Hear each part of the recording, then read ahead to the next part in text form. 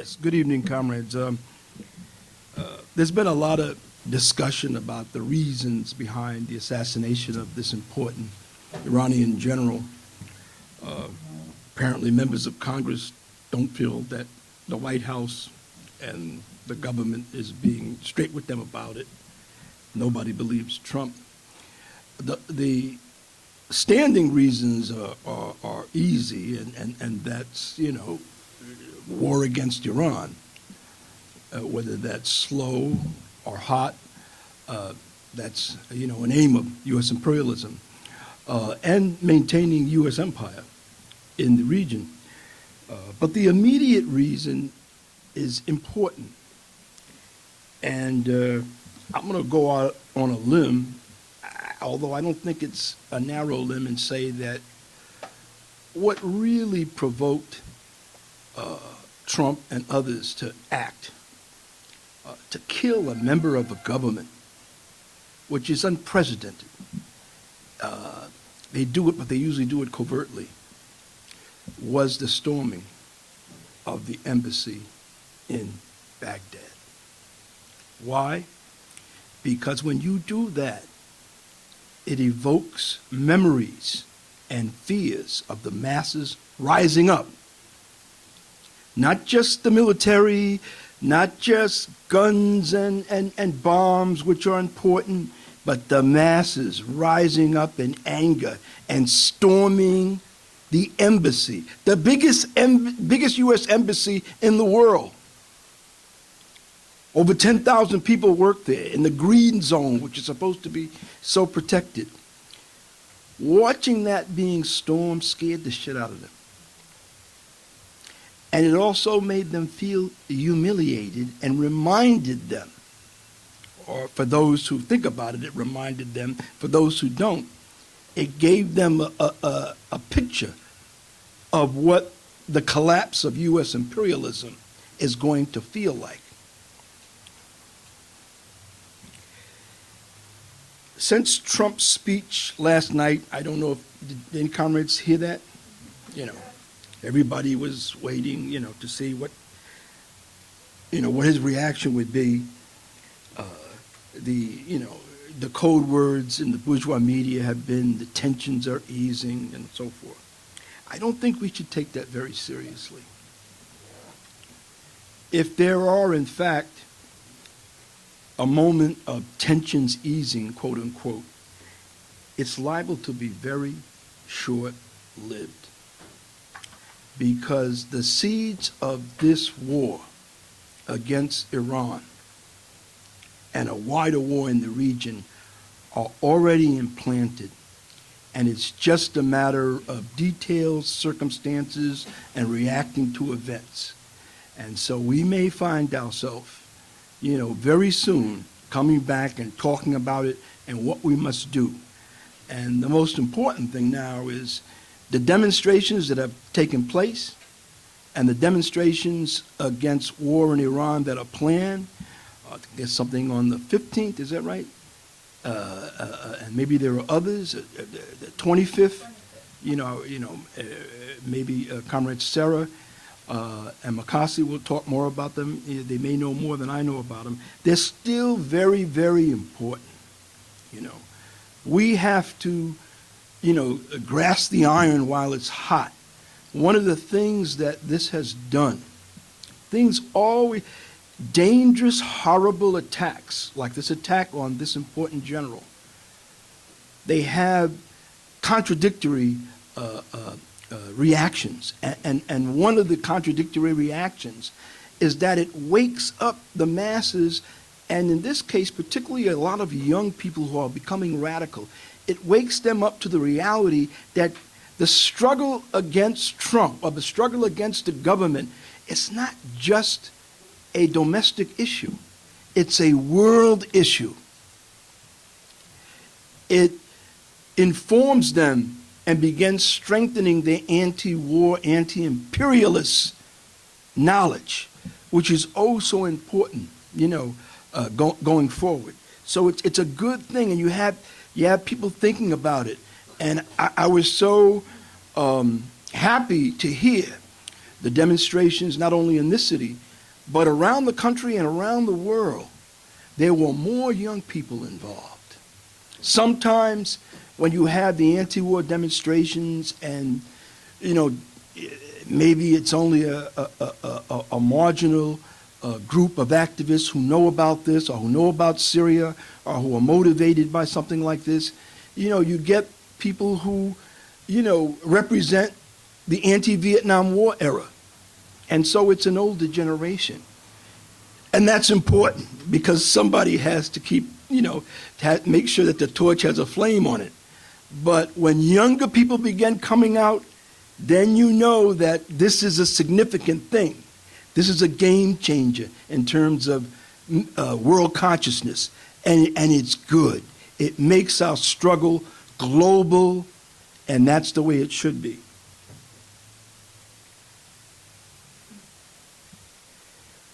Also, you know, there may be comrades who know more than I know about the reaction of the masses in the Middle East.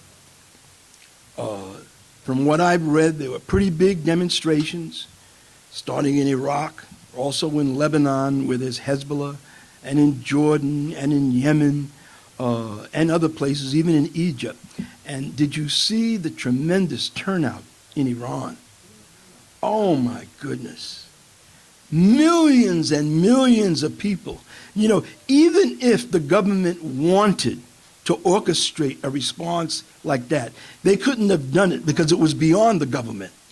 This was a genuine mass outpouring of grief and rage.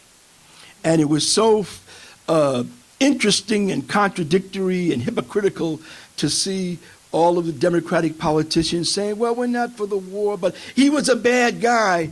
And you see the millions of people who are embracing him and coming out with pictures of him. You know, it must have raised some questions in the minds of people, you know, who are in a position to think and not just, you know, swallow the spoon-fed information from the imperialist media. It's also good from this point of view. I'm talking about the outpourings, because it shows the possibility that this latest atrocity may, I'll say may, we have to wait and see what happens, has the potential for being the catalyst for another mass outpouring of the masses of the Middle East and Persia against U.S. imperialism. And this would be a great thing, another intifada. It would really answer a lot of the needs in terms of the region and the mass struggle to oust U.S. imperialism from the region once and for all. You know, 9 years ago, there was the Arab Spring. I think most of you probably remember that. And when it started, it was very promising. You know, it overthrew the government in Tunisia, and then it overthrew the government in Egypt. And at some point, though, it got hijacked. It got hijacked by pro-imperialist forces and ended up doing more damage in places like Syria and other places, and so it was turned around. But what's helpful, especially if the potential is realized in what happened over the last few days, is that the rebellion and the mass uprisings that take place that were seeded by what happened in Iraq, they'll be against U.S. imperialism. And that's very important. Hopefully, it will create the basis for more unity. We all know how sectarian differences have been exploited. Sectarian differences actually that were planted and continue to be exploited by imperialism as a way of dividing the people of the region and keeping them down. Something like this has the basis, holds the promise of diminishing those differences and creating a basis for anti-imperialist revolutionary unity. I know this is hopeful thinking, but it's the beginning of a year, and I think that, you know, we could indulge ourselves in some hopeful revolutionary thinking. My last point is this. This year, 2020, is hardly a week old. And, 2019 was a good year for imperialism in the sense that all of the crises that are just beneath the surface, whether it's the capitalist economic crisis, whether it's a political crisis, whether it's a war crisis, or some other kind of crisis, they managed to weather last year. And so they're feeling pretty good about themselves. The stock market mostly went up, but here we are, hardly a week into 2020, and there's already the first crisis of the year. And believe me, comrades, there's going to be more. This is just the first to come. And they're all going to impact each other. Whether it's economic, whether it's political, whether it's war, they're all going to impact each other. So bear this in mind as we respond in defense of Iran and the people of the region who are rising up against U.S. imperialism, that our powder has to be dry. We have to be ready, because most likely this is going to be a year of unprecedented crisis that's going to stir and move the mass struggle, the class struggle forward. And we want to help that, and if we can, play a role in leading it. Thank you. Bourgeois opposition, the phony opposition to the war. And that's going to be a factor, especially if there's a wider war. I think just this evening, the House part of Congress approved a legislation to demand that the next war be authorized. It's not unimportant. It's actually a reflection of where the people are at. And it speaks to the real problem that the imperialists have. I think the only reason why there's not a wider war right now, and it's pretty wide, and instead they're strangling people with economic sanctions more and more and more, is because the people won't accept it here. There's such a deep anti-war segment after almost 20 years of endless wars that actually most of the bourgeoisie is afraid of a war. As much as defending their interests pulls them into it, they're afraid of it politically. They're afraid of what will happen. Not only big demonstrations, but uprisings around the world. A different kind of opposition. An opposition that tends toward revolutionary consciousness and revolutionary acts, and not just big demonstrations, which are important. But I do think that Comrade McCarthy's right. There's a war against the youth that some of us of a different generation may not feel. And of course, it's mostly against youth of color. But just the state of imperialism and capitalism contemporarily, it makes it almost impossible for young people to have any predictability, any stability in their life economically, an apartment, the precariousness of it. And I don't want to speak on that because I'm not in the best position to do it. Get the young comrades to talk about it. But it's a low-level war, and you don't see it. But it's a war that's looking for more and more opportunities for the fist to break through the concrete, And I think McCarthy's right. I don't know whether the youth are interested in a protest. Hopefully they will be. I could understand the cynicism if they're not. But they definitely want something more than a protest movement. They want something that speaks to the need for revolution, something that evokes revolutionary consciousness, something that's beyond getting on a bus, going someplace to demonstrate and coming back, something that speaks to where are we going? What about the future? What's your plan? I think that's very true, and I believe and I hope that the party, Workers' War Party, will keep that uppermost in their mind. It's easy, to give a quote-unquote ultra-left talk about the need for revolutionary consciousness, and on the other hand, how you can miss it. And some people, where people's consciousness is uneven, that's why you have to be able to talk to some people in a different way, other people in yet a different way, But on the other hand, I think in a time like this, when there's so many crises that are beginning to just bubble over the top, if the party is not seen as a magnet for revolutionary consciousness, revolutionary plans, and we're trying to break into the future by any means necessary as soon as possible, even if that's not tomorrow. If that's not what we feel like, we'll miss opportunities. We'll miss opportunities. And it's right. It's going to take a lot of hard work.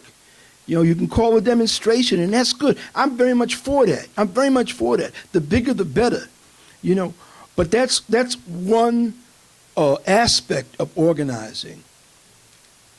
Going into the community, one-on-one organizing, getting to be known in a community, getting to be known by sectors of our class, the migrant working class. In the end, this is not only just as important as a demonstration, it's more important. I want to respond to a question that Renee raised about, I said a little bit about that, but here's the other thing. All over the Middle East, not just in Iran and Iraq, when there were demonstrations against what the U.S. did, there probably were pictures of General Soleimani. There probably were pictures of him. And that probably was one of the big things that distinguished their demonstrations, and maybe even pictures of the leader of one of the militia groups that was also murdered, also assassinated with the general. There were probably pictures. They know more. The masses know more. Whether it's in, Beirut or whether it's in Yemen or something like that. And not only to distinguish ourselves from the Democrats, the loyal opposition to imperialism, but just, to make people think, and that it needs to be more about against the war. It has to be anti-imperialist. Not only does it have to be anti-imperialist wherever it can be, it has to be in solidarity with oppressed people who are rising up. Maybe we should carry some pictures of some of the people who have been martyred, and if people asked us, that we'll engage them. Maybe there should be some pictures. Maybe there should have been a delegation to go to the Iranian embassy, with a picture, just bear that in mind, There has to be at least a wing of the anti-war movement, a wing that will grow, that is anti-imperialist, and that is in support of the national liberation struggles, because least we not forget those millions of Iranians coming out in Tehran and all over the country, and the people turning out all over the region. That's part of a national liberation struggle.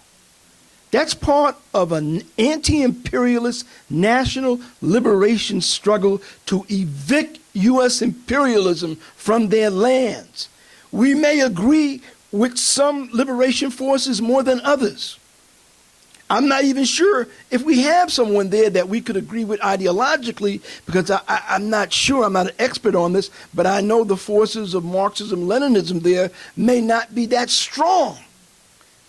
And actually, we'll talk about this more, because hopefully that will turn around, But whether it's clerics, whether it's nationalists, whatever, we are, when it comes to the struggle against U.S. imperialism, when it comes to the struggle to free themselves, it's an anti-colonial struggle. It's a national liberation struggle. And some of us here, in the belly of the imperialist beast, have to find ways to show that we're conscious of them.